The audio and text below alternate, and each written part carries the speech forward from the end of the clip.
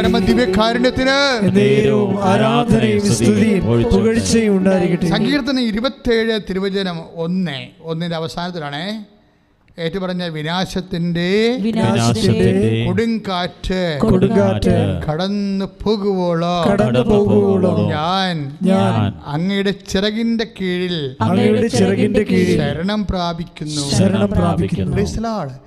അതായത് വിനാശത്തിന്റെ കാലം ഉണ്ടാകുമെന്നതിൻ്റെ അർത്ഥം. അപ്പോൾ എന്താ ചെയ്യണത്? കർത്താവിൻ്റെ ചിറകിൻ്റെ കീഴിലെ അഭയം പ്രാപിക്കും.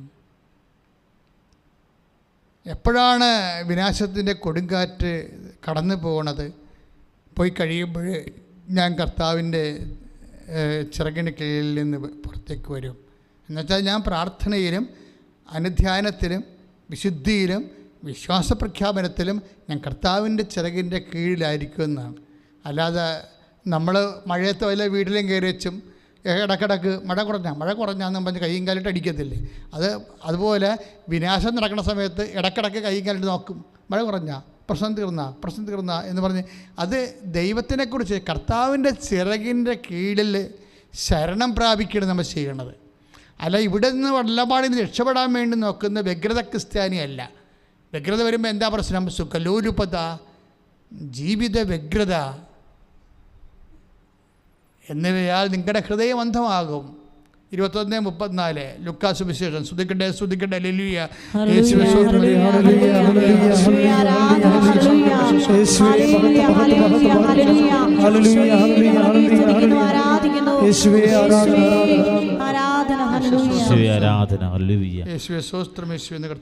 സുഖലോലുപത, മദ്യാസക്തി, ജീവിത വ്യഗ്രത എന്നിവയാൽ നിങ്ങളുടെ മനസ്സ് ദുർബലമാവുകയും ആ ദിവസം ഒരു കെണി പോലെ പെട്ടെന്ന് നിങ്ങളുടെ മേൽ വന്നു വീഴുകയും ചെയ്യാതിരിക്കാൻ ശ്രദ്ധിക്കുവിൻ. അതായത് ഈ വ്യഗ്രത, സുഖലോലുപത, പിന്നെന്താ മദ്യാസക്തി തന്നെയാകണമെന്നില്ല. മൊബൈലിൽ ആസക്തി ആയാലും മതി. മദ്യം പിന്നെ എടുത്ത് പറഞ്ഞതാണ്. പക്ഷേ മനുഷ്യന് എന്തെല്ലാം തരം ആസക്തിയാണ് ഉള്ളത്.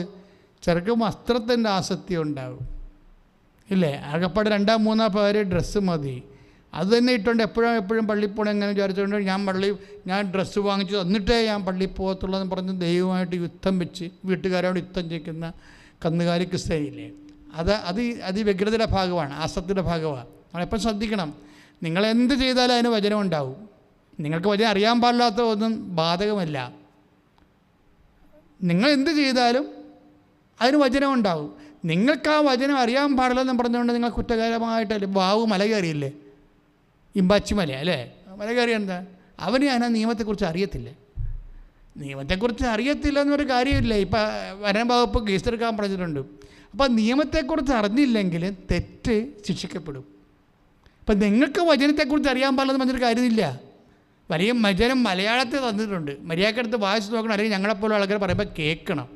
അപ്പോൾ എനിക്ക് വചനം അറിയാൻ പാടില്ല, എന്നെ ആരും പഠിപ്പിച്ചില്ലെന്ന് പറഞ്ഞില്ല. മുഴുവനും വചനം മാത്രമേ ഉള്ളൂ. അപ്പോൾ എനിക്ക് അതിന് അറിയാൻ പാടില്ലെന്ന് പറയണത് എക്സ്ക്യൂസ് അല്ല. കാരണം നീ എന്ത് ചെയ്താലും അതിൻ്റെ അകത്തൊരു വചനം ഉണ്ടാവും. ആ വചനത്തിനെതിരായിരിക്കും നീ ചെയ്ത് കൂട്ടുന്ന കാര്യങ്ങൾ. പ്രാർത്ഥിക്കുക. കർത്താവായ ദൈവമേ, അങ്ങയുടെ വചനം അനുസരിച്ച് ജീവിക്കുവാൻ ഞങ്ങൾക്ക് വെളിച്ചവും വചനത്തിലെ ആധികാരികമായ ജ്ഞാനവും നൽകണമേ.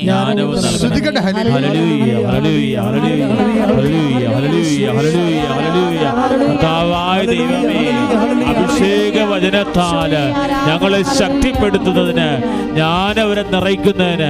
പ്രിയമുള്ളവരെ, ക്ലേശത്തിൻ്റെ ഒരു അംശമാണ് നമ്മുടെ വിശ്വാസത്തിന് വാല്യൂ വർദ്ധിപ്പിക്കുന്നത്. അതാണ് ഇപ്പോൾ നമ്മൾ ധ്യാനിച്ചുകൊണ്ടിരിക്കുന്ന വിഷയം. ക്ലേശത്തിൻ്റെ ഒരു അംശം. ക്ലേശം ഉണ്ടാകുന്ന സമയത്ത് വിശ്വാസത്തിൻ്റെ അടിസ്ഥാനത്തിൽ അതിനെ അതിജീവിക്കാൻ കഴിയണം. അതിജീവനമെന്നാണ് പറഞ്ഞിരിക്കുന്നത്. അതായത് അഗ്നിയെ അഗ്നിശോധനയെ അതിജീവിച്ച നശ്വരമായ സ്വർണത്തേക്കാൾ വിലയേറിയതായിരിക്കും പരീക്ഷകളെ അതിജീവിക്കുന്ന നിങ്ങളുടെ വിശ്വാസം. അപ്പം പരീക്ഷകളെ അതിജീവിക്കണം. അതിജീവിച്ചു കഴിഞ്ഞാൽ ബാക്കി ആ വിശ്വാസം നിലനിൽക്കണം. വിശ്വാസം പോകരുത്. ചില ആൾക്കാർക്ക് ജോലി കിട്ടിയില്ലെങ്കിൽ ഉടനെ വിശ്വാസം കുറയും. ഇപ്പം കല്യാണം നടക്കാത്ത ആളിനെ കല്യാണം പെട്ടെന്ന് ഒത്ത് മനസ്സമ്മതം വരെ ഫിക്സ് ചെയ്ത് മനസ്സമ്മതത്തിൻ്റെ തലേ ദിവസം വിളിച്ച് പറയണേ ഞങ്ങൾക്ക് ഇത്ര നീട്ടി വെച്ചാൽ കൊള്ളാവുന്നുണ്ടെന്ന് പറയും. അപ്പോൾ അവർ കാര്യം ചോദിക്കും ഫോണിൽ, എന്ത് പറ്റി, വല്ല കുഴപ്പമുണ്ടോ? ഇല്ല. ചില ആൾക്കാർക്കൊക്കെ അത് അത്ര ബോധ്യപ്പെടുത്തി വരണം. അവർ പറയും ഞങ്ങൾക്ക് വന്ന് കാണണമെന്നൊക്കെയാണ് പറഞ്ഞിരിക്കുന്നത്. അവർ പണ്ട് വരെയൊക്കെ പാര വെക്കുന്ന ആൾക്കാരാണെന്ന് പറഞ്ഞ് ഇവരോട് പറഞ്ഞ് ആശ്വസിപ്പിക്കുമെങ്കിൽ ഇവരുടെ മനസ്സിലിരിപ്പോൾ അത് തന്നെയാണ്. ദാറ്റ് മീൻസ് ഈ സാധനം മാറ്റണമെന്ന് നടത്താം. അപ്പോൾ അവർക്ക് ഇപ്പോൾ വീട്ടുകാർക്ക് മനസ്സിലാവും, ഇവരൊഴിയണമെന്ന് മനസ്സിലാവും. അപ്പോൾ ഉടനെ നെഞ്ചത്തിലിടിക്കും. എന്നിട്ട് പിന്നെ എന്ത് ചെയ്യും? അന്നത്തെ കുടുംബ പ്രാർത്ഥന ഉണ്ടാകത്തില്ല. എല്ലാം തലക്കൈയും കൊടുത്ത് ഭക്ഷണം കഴിക്കാതിരിക്കും. അപ്പോൾ അതിജീവിച്ചില്ല സാധനം. പിടിയിട്ടില്ലേ? ഇതാണ് സാധനം. അതിജീവിച്ചില്ലേ? ഒരു ചെറിയ ഒരു മനസ്സമ്മതം മിസ്സായ ഒരു വിഷയം ഉണ്ടായാൽ മതി. കർത്താവ് എന്താ തിരിഞ്ഞു നോക്കാത്തതെന്ന് ചോദിച്ചു കഴിഞ്ഞാൽ നമ്മളെ എല്ലാത്തിനും കർത്താവിനെ അറിയാമല്ലോ. അതാണ് ഈ പ്രശ്നം. വേറെ വല്ല ആൾക്കാരുമാണെന്നൊക്കെ പ്രശ്നമില്ല. ഈശോയ്ക്ക് എല്ലാ വിഷയവും സ്കാൻഡ് കോപ്പി ഡേറ്റ ഉള്ളതാണ്. ഒരു ഇഷ്യൂ വന്നു കഴിഞ്ഞാൽ നമ്മൾ മറുകണ്ഠം ചാടുമെന്നുള്ളതും കണ്ടം വഴി ഓടുമെന്നൊക്കെ കർത്താവിന് കൃത്യമായിട്ട് അറിയാം. അപ്പം അതുകൊണ്ടാണ് അതിജീവിക്കണ വിശ്വാസം ഉള്ളവരെ ഇപ്പം അതായത് ചിലർക്ക് ഭയങ്കരമായ ദൈവിക ബുദ്ധിയാണ്. ഈ അതിജീവിച്ച വിശ്വാസത്തിന് ഒരു ഉദാഹരണം എന്താണെന്നറിയാമോ? ഞാൻ എപ്പോഴും പറയാറുണ്ട്, എപ്പോഴും നിങ്ങൾ എൻ്റെ ഒന്ന് കേൾക്കുന്നതാണ്. എന്നാലും ഇപ്പോൾ ഈ ഉദാഹരണം വന്നപ്പോൾ അത് പറഞ്ഞാണ്. കാനങ്കാരി, അവളുടെ പ്രശ്നം എന്താണ്?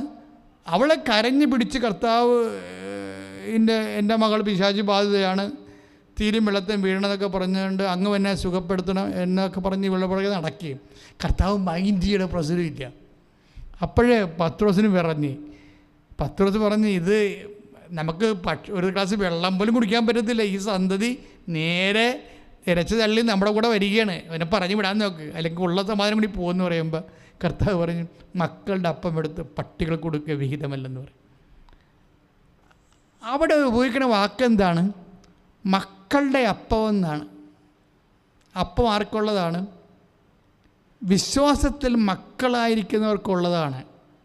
അല്ല യഹൂദൻ്റെ കാര്യമല്ല പറയണത്. വിശ്വാസം, ഞാൻ കഴിഞ്ഞ ദിവസങ്ങളിൽ നിങ്ങൾ പറഞ്ഞു, വിശ്വാസം നമുക്ക് എന്തു തരുന്നോ?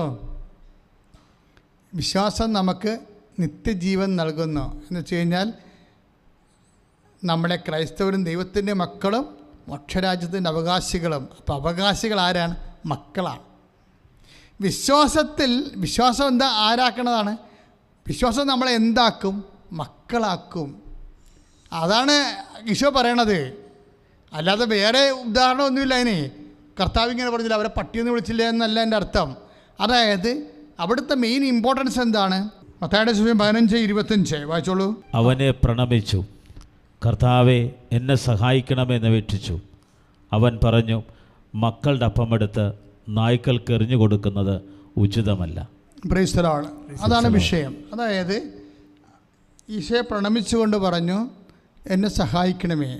ആരാണ്? അവളുടെ മകൾക്ക് വേണ്ടി കാനങ്കാരിയെ പ്രാർത്ഥിക്കുന്നതാണ്.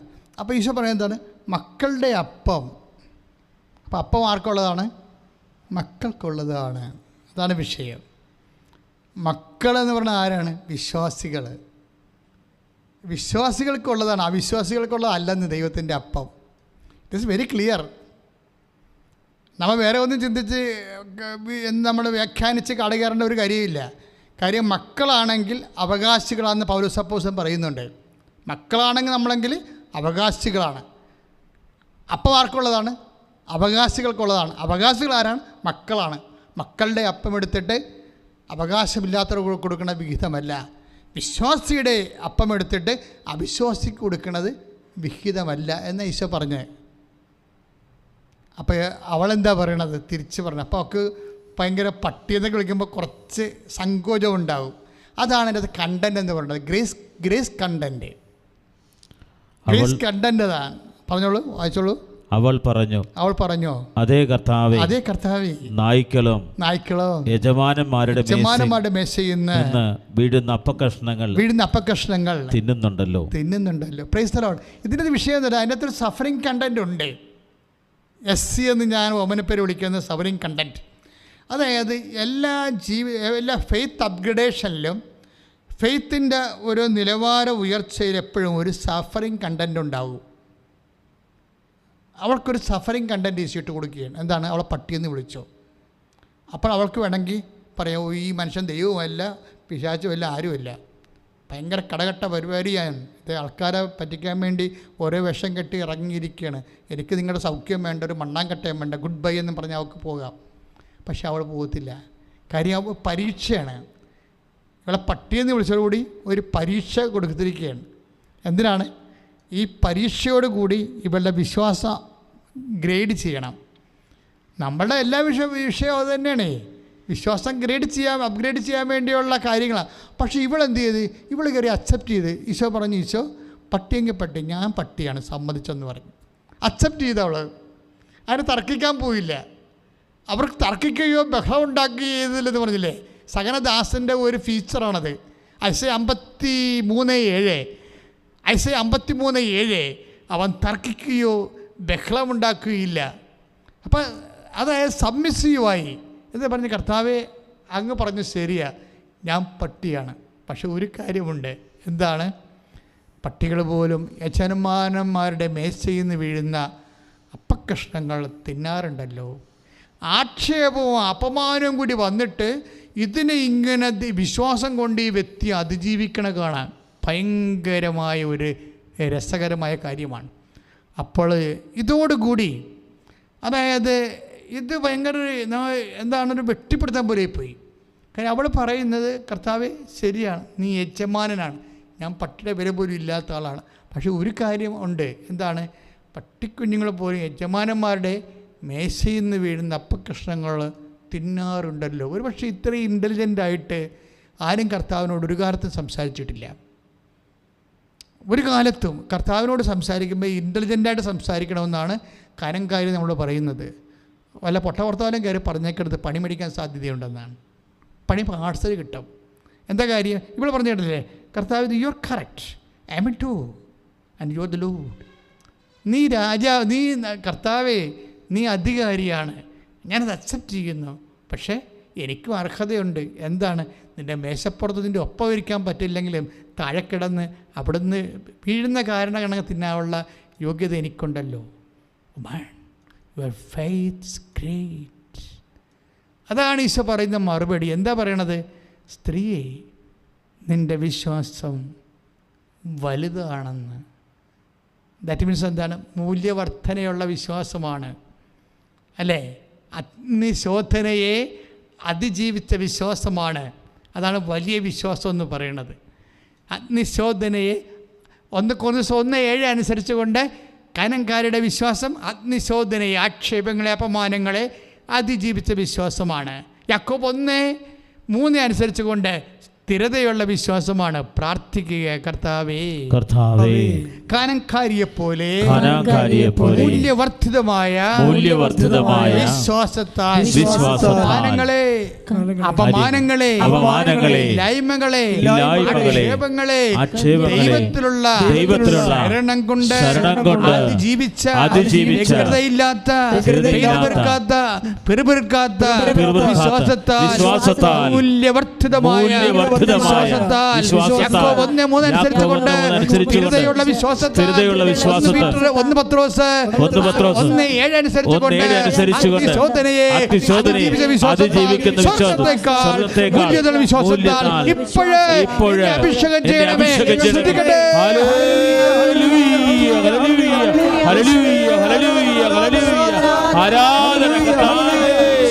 ഞങ്ങളുടെ വിശ്വാസത്തെ ആരാധനയും സ്തുതിയും പുകഴ്ചയും പരിശുദ്ധ പരമ ദിവ്യകാരുണ്യത്തിന് ആരാധനയും സ്തുതിയും പുകഴ്ചയും ഉണ്ടായിരിക്കട്ടെ. അതായത് ഈശോയിൽ വിശ്വസിക്കുക എന്ന് പറഞ്ഞാൽ അതാണ് നമ്മളുടെ സാധാരണ ഒരു കപ്പാസിറ്റി. പക്ഷെ നമ്മൾ ആരിലാണ് വിശ്വസിക്കുന്നത്? ഈശോയിലാണ് വിശ്വസിക്കുന്നത്. ഈശോ ആരാണ്? സഫറിങ് സെർവൻ്റാ, സഹനദാസനാണ്. ഈശോയിൽ വിശ്വസിക്കുക എന്ന് വെച്ച് കഴിഞ്ഞാൽ നമ്മൾ വിശ്വസിക്കണ ഈശോയുടെ ഉയർപ്പിലാണ്. പക്ഷേ ഉയർപ്പിൽ വിശ്വസിക്കുമ്പോൾ നമുക്കൊരു കാര്യം ചെയ്യേണ്ടി വരും. എന്താണ്? അവൻ്റെ മരണം പ്രഖ്യാപിക്കണം.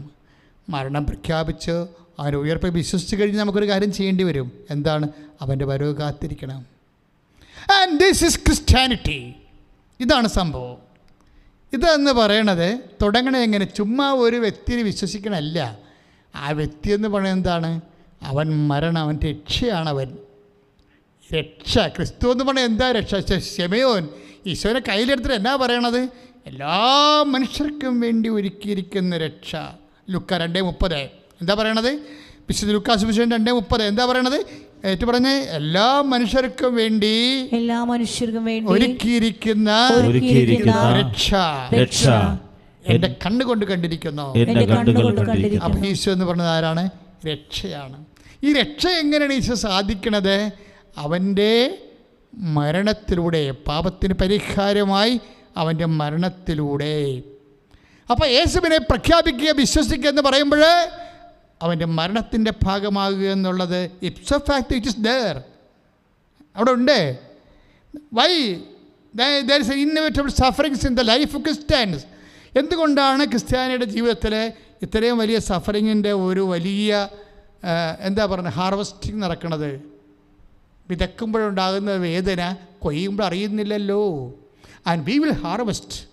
നിത്യതയെ കർത്താവിൻ്റെ കൂടെ നമ്മൾ കൊയ്യും, കൃപാവരങ്ങളെ കൊയ്യും, നിത്യസന്തോഷത്തെ കൊയ്യും. അതൊക്കെ മുമ്പ് കണ്ണുനീരോടെ വിതക്കും. നമ്മൾ ഈ ഭൂമിയിലാണ് കണ്ണുനീരോടെ വിതക്കുന്നത്. അവൻ ജയഘോഷത്തെ കൊയ്യുമെന്നാണ് സങ്കീർത്തനം കൊടുത്തിരിക്കുന്നത്. പരിശുദ്ധാത്മാവിന്റെ വെളിപാട്. ശ്രുതികട്ടെ.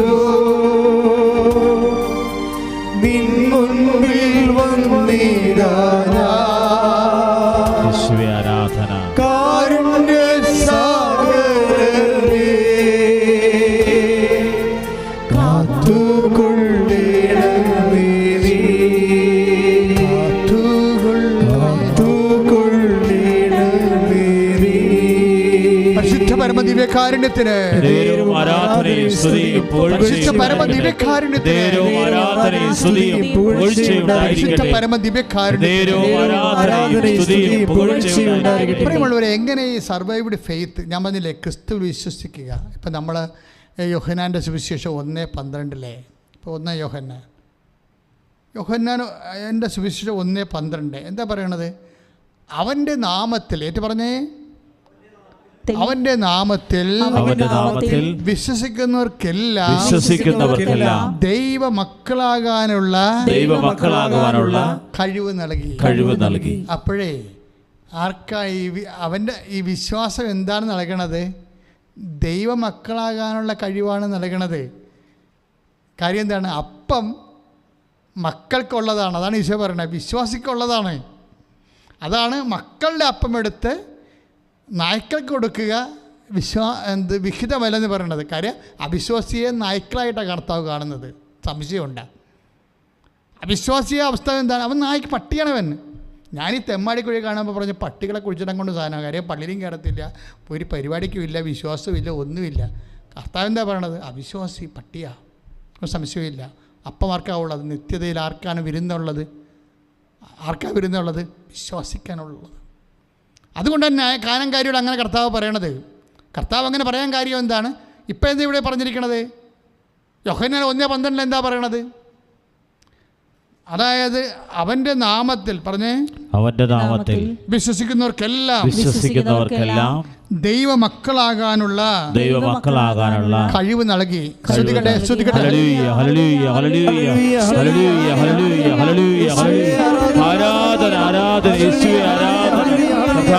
ഞങ്ങളങ്ങേ സ്തുതിക്കുന്നു. വിശ്വസിക്കുന്നു. അപ്പം മക്കളാകാനുള്ള കഴിവെന്ന് പറയണത് വിശ്വാസം നമുക്ക് നൽകണത് എന്താണ്? ഒരു കഴിവാണ്.